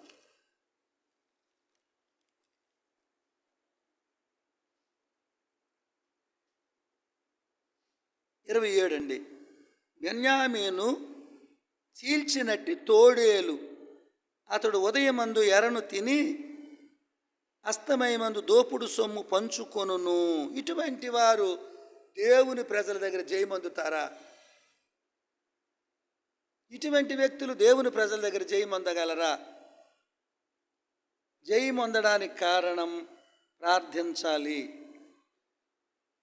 హెబ్రోన్లో పెద్ద పూర్వం 40 సంవత్సరాల క్రితం యేసుప్రభుని 1986లో యేసుప్రభుని నమ్ముకున్నాను, రక్షింపబడినాను. ఆ రోజుల్లో హెబ్రోన్లు ఎక్కువ ఉండేవాడు. ఇప్పుడు కొంతమంది లేరు. ఎప్పుడు ప్రార్థనలే. ఇప్పుడు నేను హైదరాబాద్ వెళ్తే అక్కడ ఈ బైబిల్ పెట్టుకొని అక్కడ పడుకుంటాను కాసేపు. మన సహవాసం దేవుడు మనకిచ్చిన ప్రత్యక్షత చాలా గొప్పది. కనుక మనము ఏడవాలి, కన్నీళ్లు విడుచుచు. హోషేయ 5:15 ఒక మాట ఉంటుంది, చూద్దాము. హోషేయ 5:10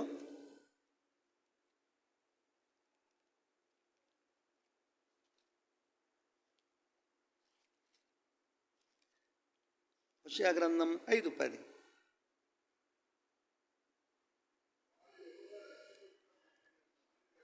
ఆ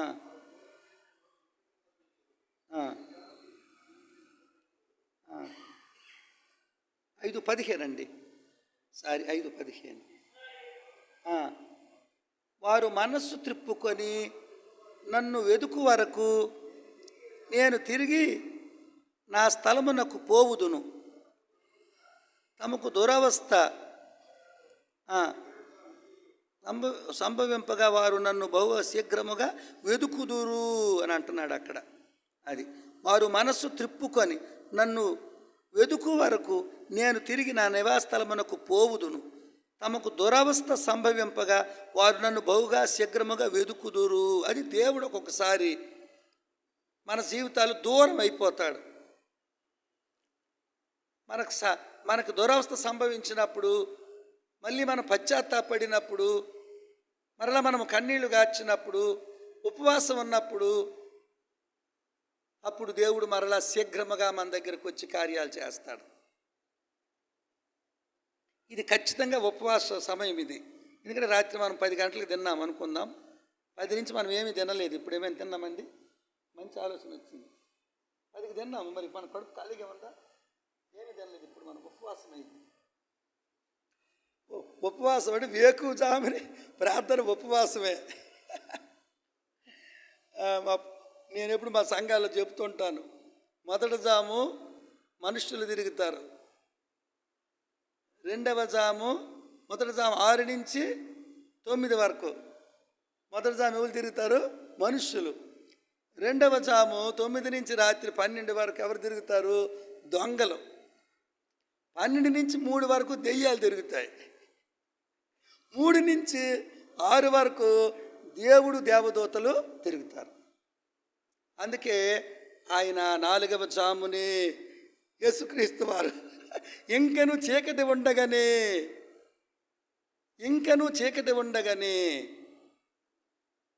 నేను ఇప్పటికే ఖాళీ ఉంటే పొలాల్లోకి వెళ్ళి నేను ప్రార్థన చేసుకుంటాను చీకటి. నాకైతే అదొక పిచ్చ. బైబిల్లో కొన్ని సన్నివేశాలు పాటించాలని ఆశ. వెళ్ళిపోయి చెట్ల మధ్యలోని ఒక పరస పరుచుకొని మంచినీళ్ళు పెట్టుకొని ప్రార్థన చేస్తాను. చేసి నేను సంతోషిస్తాను, యేసుప్రభు వారు ఇలాగే కదా వెళ్ళారని. ఒకసారి కొండ మీద వెళ్ళి ప్రార్థన చేస్తుంటే కొండ సిరి వెళ్ళిపోయింది. నా పక్కనే ఉంది, నేను ఎక్కడ ప్రార్థన చేసుకున్నాను, ఏమీ చేయలేదు. అది ఏడు చేస్తుంది. దేవుడు అంత శక్తిమంతుడు అని ఇక్కడ ఒక ప్రత్యేకమైన మాట ఉందండి. ఇక్కడ ఆ మాట ఏ మాట ఉందంటే, ప్రియులారా, వారు మనస్సు త్రిప్పుకొని నన్ను వెదుకు వరకు నేను తిరిగి నా నివాస స్థలమునకు పోవుదును. తమకు దురవస్థ సంభవింపగా వారు నన్ను బహు శీఘ్రముగా వెదుకుదురు. అది ఎప్పుడు ఎదిగినారు వీళ్ళు? దేవుని దగ్గరికి ఎప్పుడు వచ్చినారు? ముందు 20,000 మంది చచ్చిపోయారు, 20,000 మంది కూలిపోయారు, మళ్ళీ 18,000 మంది కూలిపోయినారు. ఆ దురవస్థ వచ్చినప్పుడు అప్పుడు బేతేలుకు వచ్చి ఉపవాసం ఉండి యెహోవా సన్నిధిని కూర్చుండి ప్రార్థన చేస్తున్నారు. ప్రియమైన దేవుని బిడ్డలారా, 17వ వచనంలో ఒక మాట ఉందండి. 20:17లో మంచి మాట చదువుదాం మరలా. 20:17లో బెన్యామీనీయులు గాక ఇశ్రాయేలులో ఖడ్గదుయు 4 లక్షలు ఎక్కువ. వీరందరూ యోధులు, అంటే గొప్ప వ్యక్తులు. అది మనమందరము క్రీస్తు యేసు యోధులం. క్రీస్తు యేసు యోధులం మనం. నిజంగా మన ప్రేమ ఎంత గొప్పది, మనకు దేవుడిచ్చిన ఆధిక్యత ఎంత గొప్పది. నేను అన్న చెప్పిన తర్వాత ప్రార్థన చేసినాను. ఎక్కడికి వెళ్ళినా కొంచెం ప్రార్థన చేస్తుంటాను. ప్రార్థన చేసిన వెళ్ళొచ్చా వెళ్ళకూడదా, ఏటి పరిస్థితులు, ఎక్కడ చూసినా ఇటు మీటింగులు అంటారు, అటు మీటింగులు అంటారు. ఎటు మీటింగులకి వెళ్తాను? అతను 30 గంటల మీటింగులకు అటు పిలిస్తే, ఇవతలు మాకు 12 గంటల మీటింగులకు ఒకరు పిలిస్తే, ఈరోజు మాకు శనివారం ఉదయం 5 నుంచి 5 నుంచి 10 వరకు ఒక దగ్గర మీటింగ్. వాళ్ళు ఫోన్లు చేసినారు. అప్పుడు ప్రభువు నా మనసులో సమాధానం ఇచ్చినాడు, వెళ్ళాలి. సమాధానం ఇచ్చినాడు. చక్కగా దేవుడు కూడా నిన్నంతా మనతో మాట్లాడాడు. వీళ్ళ సహవాసం గొప్పది. మన వాక్య పరిచర్య చేసుకోకపోయినా పర్వాలేదు, అందరం కలిసి ప్రార్థించి సంతోషంగా ఒకరినొకరు కౌగిలించుకొని హృదయపూర్వకముగా మన మనస్తత్వాలు కలిసి జీవిస్తే అక్కడ పరిశుద్ధాత్ముడు ఉంటాడు. పరిశుద్ధాత్ముడు ఉంటాడండి. పరిశుద్ధాత్ముడు ఉంటాడు. చాలామంది హైదరాబాద్ నుంచి అక్కడక్కడ సేవకులు వస్తారు, నా దగ్గరికి వచ్చి 6 రోజులు ఉంచుతాను. ఎంతో సంతోషం అయిపోతారు వాళ్ళు. నేను కలిసి ఆ రూమ్లో, మాకు గెస్ట్ రూమ్ ఉంది చర్చి వెనక్కి, ఆ గెస్ట్ రూమ్లో ఉంటాం. నేను ఇంక ఇల్లు మరిచిపోతాను. మా సంఘాలు మీటింగులు కూడా మరి నేనేమి ప్రయాసపడక్కర్లేదు, ఆర్డర్ ఇస్తే వాళ్ళే చేసుకుంటారు. యానివర్సరీ అంటే నేను సేవకుని తీసుకెళ్ళడం, ఆ గ్రామంలో వాళ్ళే 200-300 మంది భోజనం అరేంజ్ చేసేస్తారని సేవకుని తీసుకెళ్ళడం అని కూడా 2-3 సార్లు వచ్చారు నా దగ్గరికి. అది ప్రార్థనా జీవితం ఉంటే. ప్రార్థన అనేది చాలామంది దాని గురించి మర్చిపోయారండి, మర్చిపోయారు. నిన్న మళ్ళీ నాకు చేద్దామని మౌత్ పట్టుకున్నాను, కానీ తొలి చేశాను, మళ్ళీ మాటికి నేనే చేయడం అని మానేశాను. ఆతృత ఉండాలి, మౌత్ లాక్కొని ప్రార్థన చెయ్యాలి. ఆతృత ఉండాలి. అలాగ మనం కూర్చొని వినడం కాదు. దయచేసి శత్రువు మనలోని, మన సంఘములోని, మన ప్రాంతములోని, మన దేశములోని ఎక్కడ శత్రువు చచ్చిపోకుండా ఉండాలంటే ఈ దేవుని రాకడ దినములు వచ్చాయి. పూర్వ దినముల్లాగా మనం ఎలా కూడుకుంటూ ప్రార్థనలు ఇక ఏం చేయలేము. సువార్త అయిపోయింది, ప్రపంచమంతా సువార్త అయిపోయింది. ఇప్పుడు ఆయన చెలలోని ప్రపంచం అంతా ఎక్కడేటైందో చెప్పేస్తాడు ఆయన. ఏం పేరు బాబు మీ పేరు? బాబు, ఓయ్ బాబు, చెలలో మీరు ప్రపంచమంతా చెప్పేస్తారు. ఇప్పుడు ప్రపంచమంతా మీరు సువార్తకి వెళ్ళక్కర్లే, ఒక మాట 2 మాటలు సువార్త మాటలు చెప్పిస్తే గ్రూప్ పెట్టిస్తే అయిపోయి సువార్త. సువార్త కాలం అయిపోయింది. నన్నైతే మంచం మీద కూర్చోబెట్టి 4 తాళ్ళు కట్టి నన్ను మోసుకొని తీసుకెళ్లారు కొండల మీదకి. చింతపల్లి, గుమ్మలక్ష్మణ ప్రాంతాల్లో ఒక దగ్గర ఉంది టేకి వీధని 9 కిలోమీటర్లు ఎక్కినాను కొండ మీదకి తీసుకెళ్ళారు. నేను అలాగా కంజరు కొట్టుకొని పాటలు పాడుతుంటే వాళ్ళు మోసినారు. సువార్త అయిపోయింది. ఇది ప్రార్థనా కాలం, శత్రువుని బంధించే కాలం, శత్రువుని బంధించే కాలం. అందుకే దేవుని ప్రత్యక్షత లేకుండా, దేవుని మీద ఆనుకోకుండా ఇవన్నీ చేసినారు. చేయడం వల్ల ఫెయిల్ అయిపోయినారు. ఇశ్రాయేలీలు యోధులైనా ఫెయిల్ అయిపోయినారు. నువ్వు గొప్ప దైవజనుడివైన, గొప్ప భక్తుడివైన, ఎంత గొప్ప వ్యక్తివైనా పర్సనల్ ప్రార్థన ఉండాలి. పర్సనల్. నేను ఇప్పుడు ఉపవాసం ఉండాలనుకుంటున్నాను, ఉండలేకపోతున్నాను. ఉపవాసం అంటే అదేమి గొప్ప ఇది కాదు. అంటే దగ్గర వాసం అంటే దేవుని దగ్గర సహవాసం చేయడమే, అంతే. ఇప్పుడు మనం ఇలాగా వాక్యం వింటుండగా ఏమైనా తింటాం, ఏంటి తినం. కనుక ఈ కుడుకుల ద్వారా మనము శత్రువుని హతమార్చాలి. శత్రువు మన మీద చొరబడకుండా ఈ సేవకుల మీటింగులు జరగాలి. ఇది ప్రార్థనా కాలం. శత్రువుని బంధించి తాళం వేయాలి. ఇది సువార్త కాలం కాదు. ఏ మీటింగులు పెట్టినా పెద్దగా ఏమీ లేదు. మీటింగులు పెట్టమంటారు నన్ను, బొబ్బిల్లో చాలామంది మీటింగులు పెడతానయ్యా. ఏవి చేసిన ప్రయోజనం లేదు. దేవుడు ఏర్పరచుకొని, దేవుడు ప్రతిష్ఠించి, దేవుడు పిలిచి, అనేక శ్రమలు, నిందలు, అనేక పరిస్థితులు గుండా ప్రయాణమవుతూ దేవుని పని కొరకు వచ్చి నిన్నెన్నుకున్న నీతో దేవుడు ఖచ్చితంగా నీ ప్రార్థన వింటాడు. ప్రార్థన లేదా శత్రువు చచ్చిపోతుంది. అది పర్సనల్ ఉపవాసం లేదా శత్రువు చచ్చిపోతుంది. ఆ ప్రార్థనలో కూడా సమాధానం లేకపోతే, ఐక్యత లేకపోతే ఏమయ్యింది? ఒక వ్యక్తి అంత ఖర్చు పెట్టి ఒక పని చేసినప్పుడు నువ్వేం చేయలేకపోయినా దానికి సహాయమైనా చేయొద్దా? దానికి సహకరించి ప్రార్థన అయినా చేయాలి. అది కూడా మన వంతే. కనుక ప్రియమైన దైవజనులారా, దేవుని నామములో మరి ఈ వచనాన్ని మనం చదివి ముగించేసుకుందాం. ప్రియులారా చూడండి, 41వ వచనం, న్యాయాధిపతుల గ్రంథం 41వ వచనం. ఇశ్రాయేలులు తిరిగినప్పుడు బెన్యామీనులు తమకు అపజయము కలిగినదని తెలుసుకొని విభ్రాంతి నొంది ఎడారి మార్గము తట్టు వెళ్ళుదమని ఇశ్రాయేలులు ఎదుట వెనుకకు తిరిగిరి గాని యుద్ధమున తరుముబడగా పట్టణములో నుండి వచ్చిన వారు మధ్య మార్గమందే వారిని చంపిరి. అది శత్రువుని చంపాలి. అది శత్రువు అనగా ప్రతి విశ్వాసికి 4 శత్రువులు ఉన్నారు. 4 శత్రువులు మన మీద పడుతున్నారు. 1వదిగా లోకమనే బయట శత్రువు. లోకమంతా మనకి శత్రువే. లోకమనే బయట శత్రువు. కుటుంబం అనే రహస్య శత్రువు. నీ కూతుర్లు, కొడుకులు, మనవళ్ళు, బిడ్డలు, భార్య, నీ అన్నదమ్ములు, అక్క చెల్లెళ్ళు, ఎవరికి చెప్తావు ఆ శత్రువు గురించి? చెప్పలేవు. నా పిల్లలు అడదాయండి, నా మాట వినదండి అని చెప్పలేవు. నా కొడుకు ఎలాంటి నా మాట వినడండి చెప్పలేవు. కుటుంబం అనే రహస్య శత్రువు, సేవకుడిని అణిచేయడానికి, పాడు చేయడానికి. లోకమనే బయట శత్రువు, కుటుంబం అనే రహస్య శత్రువు. కనబడని శత్రువు సైతాను, ఆడు పక్కనే ఉంటాడు. ఇప్పుడు మనం మీటింగ్ జరుగుతుంటే అక్కడే ఆ గేట్ అవతలే ఉన్నాడు. ఎలాగ వీళ్ళు కలవరం పెడదామా, ఎలాగ ఈయన మనసు పాడు చేద్దామా, ఎలాగ అవలు ఏడు చేద్దామా, ఎలాగ ఎక్కడ ఏడు చేద్దామా, ఎవరి నోట్లో దూరేది అనిపించదమా. కనబడని శత్రువు అపవాది. శరీరం అనే లోపలి శత్రువు. ఈ లోపల ఒక శత్రువు ఉంది, శరీరం అనే లోపలి శత్రువు.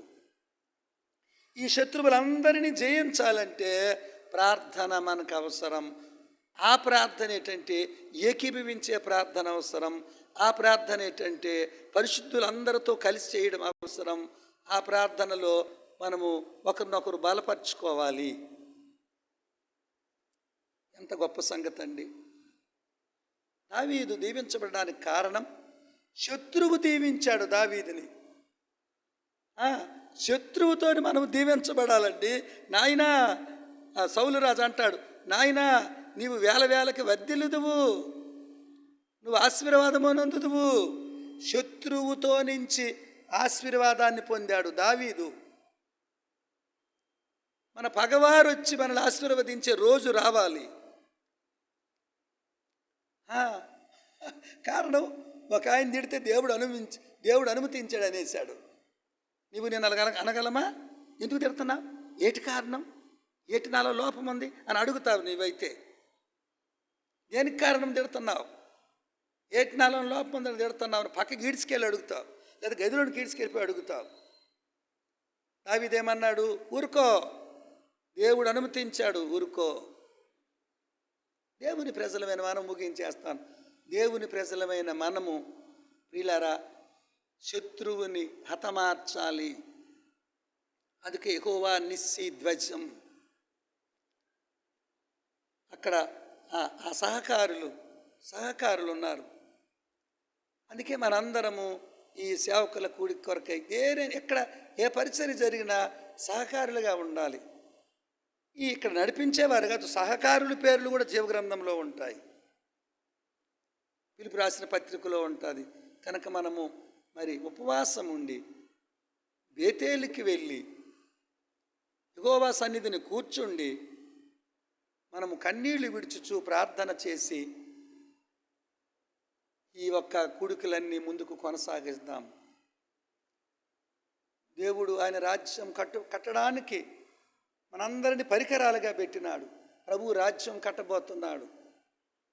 ఆ రాజ్యం కట్టడానికి పరికరాలుగా పెట్టాడు. ఒకరిని ఒక్కొక్క రీతిగా ఆయన అక్కడ ఆ కంప్యూటర్ సిస్టమ్గా ఆ పని ఆయనకి అప్పచెప్పినాడు. ఆ యవనస్తుడికి కొంతమందికి చేపలు పరిచేది, కొంతమంది సిమెంట్ పని చేసేది, కొంతమంది పాటలు రచించేది, కొంతమంది ప్రార్థించేది, కొంతమంది వారికి కలిగిన స్థిర ఆస్తులు అమ్మి అపోస్తుల పాదముల దగ్గర పెట్టేది. అది ఎవరు ఏ రకంగా చేయాలి? అందరము అది. అందుకే ఈ కూలోలు మనందరం కూలోలు గుద్దులాడుకోకూడదు. ఈ కూలోలు గుద్దులాడుకోకూడదు. పూర్వదినములలో మన అందరూ కలిసి ఆ పని చేశారు. ఆ రోజుల్లో ఇంత స్థలాన్ని మరి అంటే ఎంతమంది కలిసి సహకరించినారు ఆ దైవజనుడికి? ఎంత స్థలాన్ని హెబ్రోను, మన హైదరాబాద్ హెబ్రోన్లో సంతోషంగా ఉందని గత దినాల్లో వచ్చాను. ఇక్కడ 3 దినాలు ఉన్నాను, మీటింగ్స్ జరిగినాయి. ఇదంతా దేవుని సిద్ధపాటు. అందుకే ఆయన రాజ్యాన్ని కట్టడానికి మనందరము సహకారులుగా ఉండాలని, మనందరం ఐక్యతతోని ఉపవాసం ఉండి దేవుని మందిరములో కన్నీళ్లు కార్చి ప్రార్థన ద్వారా రానున్న దినాల్లో శత్రువుని జయించి మన జీవిత యాత్ర కొనసాగించి పరిచర్యలు ముందుకు సాగాలని ప్రభు పేరట తెలియచేస్తూ ఈ కొద్ది మాటలు దేవుడు దీవించునుగాక.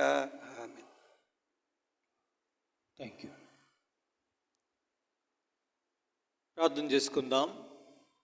సమయం పోనీక మన హృదయాల్లో ఉండేటువంటి భారం, వాక్య ప్రకారంగా కొన్ని విషయాలు మనం వింటూ వచ్చాం. వింటున్నటువంటి ఆ విషయాలలో ఆ తలంపులను బట్టి మనకు తట్టిన తలంపు, మన ఆలోచన, మన సహాయ సహకారం, మన తోటి సోదరులు, మన యొక్క తోటి సంఘములు, మన సంఘములు, ఈ విధంగా మన పరిచర్య ఇదంతా కూడా తెలియజేసేటువంటి విషయం ఏంటంటే సమైక్యతా భావము, ఏకాత్మ, ఏక మనసు, ఏకభావము. ఒకరి కష్టం ఇంకొకరు పంచుకోవడం, ఒకరు ఏడిస్తే వారితో కూడా ఏడవడం. ఏడుస్తూ కూర్చున్నటువంటి యోబు శ్రమను చూసినటువంటి వారును ఏడుస్తూ నేలన కూర్చుండిపోయారు. వీళ్ళరా మనం మంటివారమైన మన తోటివారు మంటివారేనని, ఆ మంటివారమే మనమని మనం ఒకరోజు ఈ రీతి పరిస్థితి వస్తుందని భావన కలిగి మనం ఆ బాధను పంచుకునేవారిగా ఉండాలని, ఆ భారం పంచుకునేవారిగా ఉండాలని, వారికి సంపూర్ణ సహకార సహాయము మన వంతు మనం అందించాలని ఈ వాక్య భాగం యొక్క వర్తమాన భావం. కాబట్టి ఆ రీతిగా కలిసి ఆ రీతి భావం కలిగి ముందు కొనసాగటం విషయంలో మనం ఎక్కడెక్కడ ఇట్టి విషయాన్ని నేరారోపణ చేసేదిగా ఉంది మన మనస్సాక్షి. మనం కూడా ఈ వాక్య వెలుగులో మనం చూసుకుంటూ పరీక్షించుకుంటూ ఒప్పుకోలుతో కూడిన ప్రతిష్ఠిత ప్రార్థన వాక్య వెలుగులో చేస్తూ మీకు భారంగా ఉండే మీ సొంతం అయినా పర్లేదు, మీకు సంఘానికి సంబంధించిన పర్లేదు, దేశానికి సంబంధించిన పర్లేదు, రాష్ట్రానికి సంబంధించిన పర్లేదు, దేని గురించి అయినా నీ ఆంతర్యంలో ఒక విషయం ప్రార్థన చేయాలనిపిస్తుంది. సహవాసం, సంఘం, పంచుకునే ఈ తలంపులలో ఏది నీకు తట్టుతుంది ఈ ఉదయకాలం? అవును కదా, పలానా విషయం నా ఆంతర్యంలో బాధ ఉంది కదా, భారం ఉంది కదా, దాన్ని వ్యక్తపరుస్తా అని వ్యక్తపరచండి. అదే ప్రార్థన, అది నిజమైన ప్రార్థన. అలా చేద్దాం వాక్య వెలుగులో.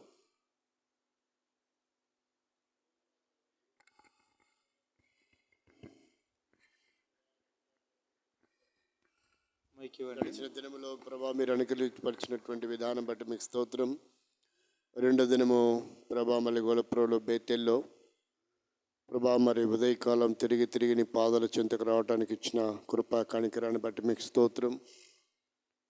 దయగల మా తండ్రి, ఉదయకాలము నా గమనాన్ని తీసుకొచ్చిన లేఖన భాగాలను బట్టి మీకు స్తోత్రములు. ఎన్నో సంవత్సరాల క్రితం నేను మరిచిపోయినటువంటి పరిస్థితులు తిరిగి దైవజనుల ప్రార్థన కోడికలో ఉపవాస ప్రార్థనలో అయోగ్యుడు నేను కూడా ఒకటిగా చేరడానికి దైవజనులతో ప్రభా మీరు నాకు ఇచ్చినటువంటి అనుకూలతను బట్టి మీకు స్తోత్రాలు, వందనములు చెల్లిస్తున్నాం.